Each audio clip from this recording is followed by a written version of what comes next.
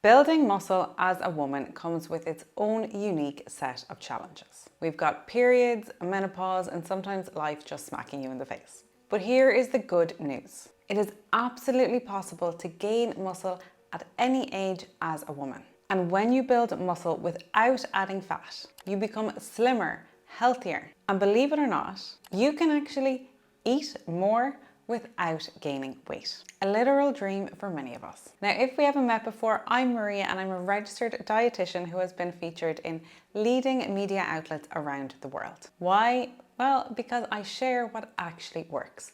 No fluff and no gimmicks. And today I want you to get out your pen and paper, ladies, because I'm giving you a step-by-step plan to build muscle without gaining weight and help you live a happier, healthier, and stronger life. And if you don't have a pen and paper at the ready, don't worry, because I'm going to capture everything we covered today in a free downloadable guide, which I will leave linked in the description box below.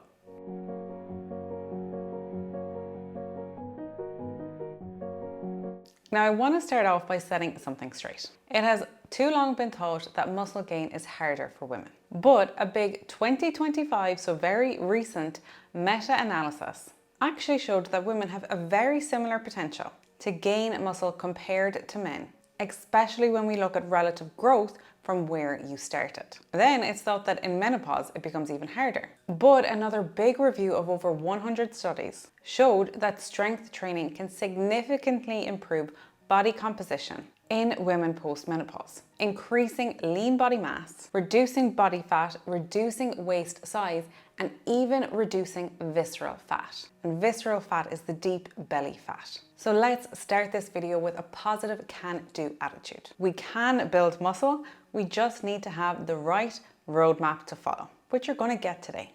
Now, step one, and this would probably surprise you because it has nothing to do with diet. And that says something coming from a dietitian. But the first step to building muscle has nothing to do with what's on your plate. It's about what you are doing with your body.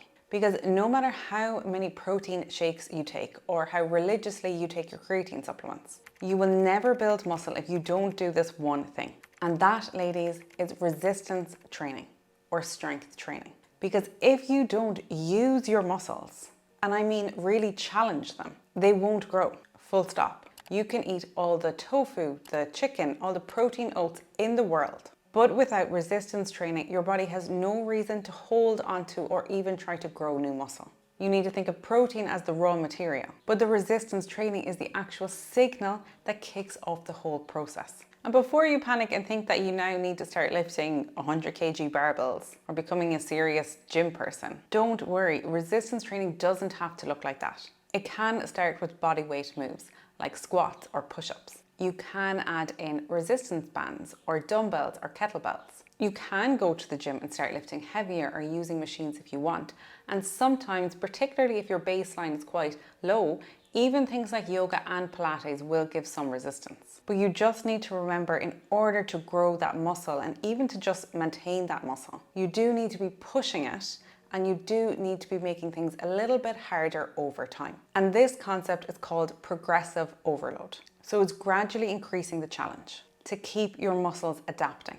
That might mean starting to lift heavier weights after a few weeks. It might mean adding in a few more reps week on week. Or sometimes it can just be slowing the tempo of your lifts down.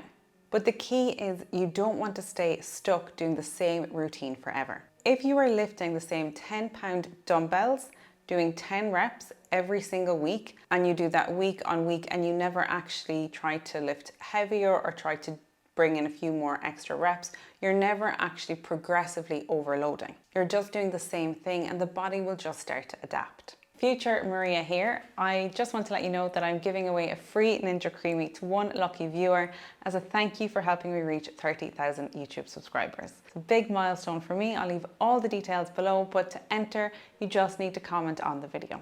Thank you for helping me get to this point. Now let's get back to the nutrition video. Now, I watch a lot of fitness influencers online, and a lot of them will preach that you should be tracking all of your workouts, that you should be logging all of your lifts and making sure you're overloading week on week. But I personally, maybe you do too, but I just find this a lot. Sometimes I'm like, I'm winning by just showing up to the gym and doing my workout. So what I do, and what I think is a good tip for many, is to just take this concept at a slightly lower level. So each week when I go to the gym, I'll just take a note, and I literally use the notes app on my phone to do this. And I'll take a note of usually just 2 exercises. I will check how much I'm squatting and how many reps I'm doing. And I'll just check in maybe push-ups, how many push-ups I'm able to do. And every week I'll just check in on that number.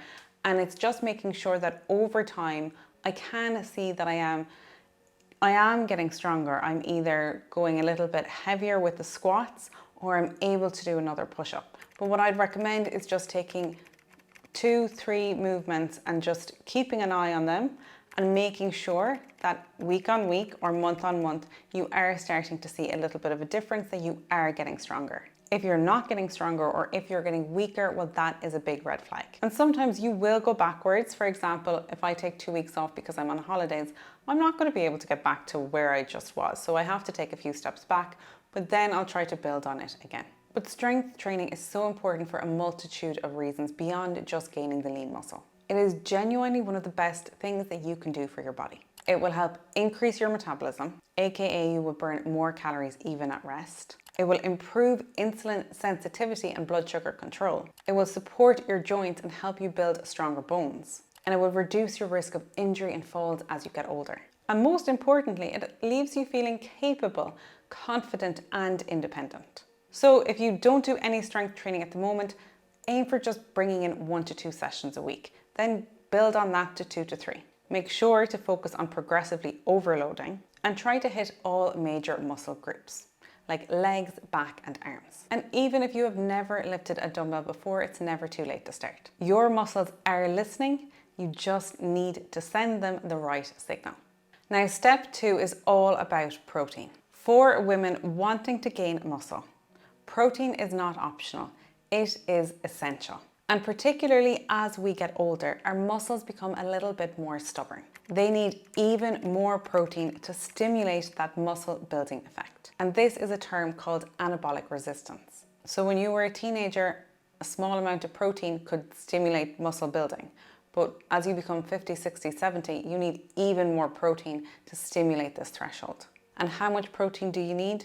Well, roughly you need around 1.5 grams of protein per kg of body weight per day. Maybe a little less or a little more, but you want to be getting in and around this. And if you use pounds, this is around 0.7 grams of protein per pound of body weight. Now, beyond just getting enough protein though, you need to look at the timing of your protein intake too. Ideally, you spread your intake throughout the whole day. You don't just have a big steak for dinner and call it a day. You want to aim for 20 to 40 grams of protein at every single meal. And if you're older, you want to be going towards the higher end of this range. And I strongly recommend to all of my clients to really make sure that breakfast has a lot of protein. Breakfast really is important. And it typically is the meal that most people fall short in terms of their protein. They're either having just toast or cereal, and they're not having a significant protein source in this meal.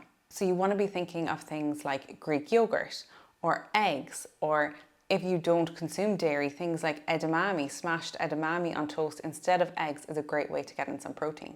Or using soya milk or soya yogurt. There are so many options. You also want to use your snacks strategically.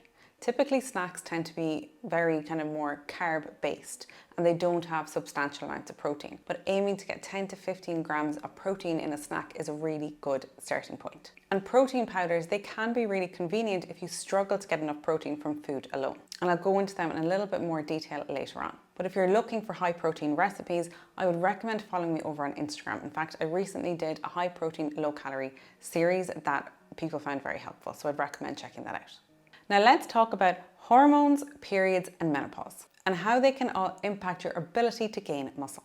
Because yes, your hormones absolutely play a role in your ability to gain and maintain muscle, but they are not the be all and end all. So let's start by looking at the menstrual cycle, particularly the follicular phase, the first phase of the menstrual cycle. So in this first phase, estrogen levels are high. They are on the rise, and this can in fact enhance your strength, give you more energy, and be helpful for muscle recovery. So this is often the best time in your training to push that little bit harder. In the second half, the luteal phase, things can start to feel a little bit harder. Your energy might start to dip and your recovery might be a little bit slower. And this is where motivation may take a little bit more of a nosedive. And it doesn't mean that your strength training is pointless. It just means that you might want to give your body a little bit more grace and a little bit more flexibility. Now let's touch on two common hormone-related conditions that can impact muscle building, and that is PCOS and hypothalamic amenorrhea. So hypothalamic amenorrhea happens when your period stops. And this is more common than many people realize. It's often due to under-eating, over-exercising, or stress. Your body then shuts down the reproductive function because it's just not getting enough energy to support these less essential systems. And unfortunately, muscle growth will take a hit here too. Without adequate fuel and with low estrogen levels, your body will struggle to build or maintain muscle. And in fact, when I'm working with clients who then recover their period and get things back functioning again, they often see some really nice muscle gain at this time. But if this sounds like something that you're dealing with, please just know that more training is not the answer. It's actually about fueling more and creating safety for your body again. But I plan on doing a whole other video on this topic soon, as it's something that I've been doing a lot of research into lately. So comment below if that is something that you would be interested in, and I'll make sure to prioritize making that video. But just remember that having no period is not normal. Now, on the other hand, PCOS can come with elevated androgen levels. And this can actually give some women an edge, especially when it comes to building muscle. Think of androgens like a tiny bit of bonus muscle boosting hormone. But PCOS also often comes with insulin resistance and with fatigue. So it's still important to train smart and support your body with balanced meals and regular movement, not burnout. And finally, when it comes to menopause, yes, muscle building can get trickier, and this is due to falling estrogen levels, but it is not impossible. In fact, what I often see is that menopause is blamed, but the biggest issues are actually inactivity, underfueling, and skipping strength training altogether. In fact, studies show that postmenopausal women who strength train and eat enough protein can still gain muscle at very similar rates to younger women, so it really is never too late. Now, are there supplements that you can take that can be advantageous? Yes, but only if the foundations are in place. No supplement in the world will help you build muscle if you are not getting your strength training, if you're not eating enough and eating enough protein, and if you're not getting enough sleep. So let's start with the obvious one, which is protein powder. Protein powder is not magic, but for many, it can be a convenient way to help you eat enough protein, especially if you can't get enough from your whole foods. So if you're someone who struggles to get 90, 100 grams of protein a day from food, then protein powder might be able to make this a lot easier. You can add it to oats, to smoothies, to coffee. There's many different ways to do this. But I know many people are going to be wondering what type of protein powder. Well, I've actually just filmed a whole video on how to choose the best protein powder for your needs. So I'd recommend going watching that, and if it's not out, it'll be out in the next week or so. So make sure you're subscribed so you don't miss it. But in short, whey protein is usually the gold standard because it's complete, it's fast digesting, and it's high in the amino acid leucine, which is another trigger for muscle growth. And whey protein is particularly good if you're having it post-workout, like in a smoothie, if you're having it straight after exercise, because your muscles will be able to suck it up much quicker, because again, it's that fast digesting type of protein. But if you're like me, and I actually quite like, if I'm going to use a protein, I typically have it before bed in something like a Ninja Creami, or I might add it into my oats so I have it as a meal. Then I typically will go for casein protein because it is slow digesting, and that way the protein drips into your muscles overnight while you're sleeping, or over the course of a few hours if you've had it as a meal, so you tend to feel fuller for longer. And again, casein is a complete protein and it has a decent leucine content too. Now, if you're plant-based, you're obviously not going to be taking either of these. So what I'd recommend is looking for a soy protein, because these are complete, or a plant-based blend. And if you can, look for one with added leucine too. There are many brands now that are adding leucine in. Now, creatine monohydrate is the next supplement I want to talk about because it has some of the strongest research behind it. Creatine can help increase strength, improve recovery, and support muscle growth. And yes, it is safe for women. Now, it doesn't necessarily grow your muscles. How it works is that it actually gives you more energy, and this allows you to work harder in the gym, which then helps you in turn grow your muscles. Now, I have full videos on creatine, particularly for women, because we tend to naturally have lower creatine stores than men. So we can really possibly have even bigger benefits from taking creatine.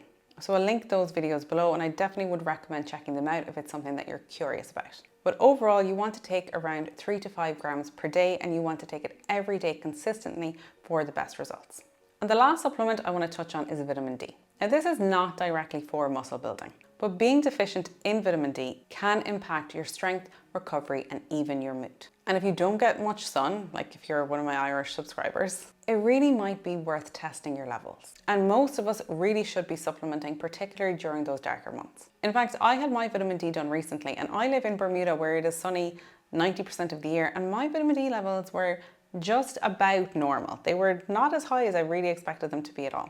Now, what supplements are not worth your money are branched chain amino acids. If you're eating enough protein overall, these are completely redundant. Any fat burner or toning pills, there's just no science behind these. And anything at all that promises muscle tone without effort is just not going to work. If it sounds too good to be true, it probably is.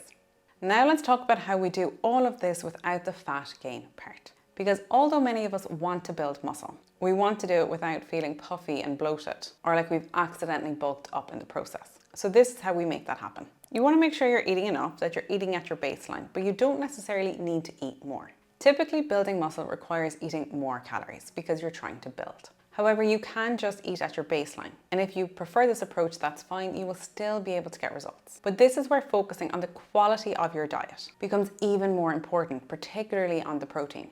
For example, if you're having 1 or 2 snacks a day and they are just a cup of tea and a few biscuits, or you're having some chocolate or a bag of chips before bed, these things typically don't have much protein in them. So it might be switching out these snacks for something that will give your body a little bit more nutrition. But you don't necessarily need to be adding in protein shakes on top of everything else. I've had many women come to me who have gained weight, which they didn't want to do because they were following plans from their PT and they were drinking protein shakes without really understanding why or where it was fitting into their overall diet. Now, if you're trying to lose weight and gain muscle at the same time, this is hard but not impossible. Let me know if you want me to make a full video on this topic. But usually the higher your calorie deficit, the higher your protein intake needs to be. So you probably want to be going even higher than that 1.5 grams that I mentioned earlier. You want to be bringing that up to 2 grams of protein per kg per day. And this will help minimize you losing muscle whilst you're trying to lose weight. Because what happens when we're losing weight, we don't just lose fat, we lose lean body mass. And some of this is that muscle tissue that you really desperately want to try to hold on to. And another strategy that is particularly beneficial if you are trying to keep your weight in check, whilst also trying to build or maintain your muscle, is to really focus on steps. So you want to be doing your resistance training in the gym, lifting those weights. But then after that, it's just concentrating on the amount of movement you have in your day-to-day, which is typically how many steps you do during the waking hours of your day-to-day life. So that's things like parking a little bit further away from the grocery store, taking the stairs, or maybe it is just building in, I like to call them walking snacks. So you take 5 minutes in between meetings, or 5 minutes in the morning to do a little walk, then you do another 5 minutes after your lunch. Bringing in small little snacks of daily movement can really help here. If you try to introduce things like spinning or running or cycling as a way to burn energy, they can typically really increase your appetite and make weight loss that little bit harder. So that's why steps is often a lot more strategic. Now, lastly, I want to look at muscle loss because this is something that does just sometimes happen. But if we know about it, we know when it's likely to occur, we can try to avoid it. So muscle loss happens to all of us, and it typically begins from the age of 30. And it's a process called sarcopenia, but it accelerates without resistance training and without proper nutrition. And this is for both men and women, and 30 is really young. But muscle loss can also happen, and it happens a lot if you lose a lot of weight, particularly if you lose a lot of weight quickly, like if you were on a weight loss medication, for example, or if you fell sick and you weren't able to eat for a number of weeks. You are very likely to lose a lot of muscle mass during this time. Muscle loss I also see happens a lot if you are acutely unwell and you end up in hospital. Even if it is just for a few days, if you were in a hospital bed without moving around for a few days, your muscle mass can really take a hit. And then of course you do have those periods of hormonal shifts, like if you have missing periods or if you are going through menopause and your estrogen is naturally dropping. Now, some of these things are out of our control, but if we know about them, we can proactively take steps to manage them. And what we know for sure that is in our control when it comes to muscle loss is that inactivity compounds the problem, and a low protein intake makes it even worse. So the bottom line is that muscle loss is common, but it's not inevitable. And women have way more power than they think to turn things around. So in summary, ladies, resistance training. 2 times a week, bring it up to 3 if you can. Try to hit all major muscle groups and prioritize your form over injury. You don't have to lift crazy heavy if you don't want to, but you do want to make sure that you're getting stronger over time. And consistency is always what matters the most. For nutrition, you really want to make sure that you're getting in enough protein, at least that 1.5 grams per kg per day, and you want to spread that protein intake out throughout the day. So having a decent amount of protein at breakfast, lunch and dinner. And if you need those protein recipe ideas, check me out over on Instagram. And I didn't get into this in this video, but sleep is so important here too, because you need to be recovering for that muscle to regenerate. Now, if you have any questions, comment below and I'm always more than happy to help. Or if you have another suggestion for another video you would like me to make, just let me know below. And as a thank you for making it all the way to the end of the video, I have a free recipe ebook, which I will leave linked in the description box below as well. As always, thank you very much for watching. Stay happy and stay healthy, and I will see you again next week. Thanks for watching.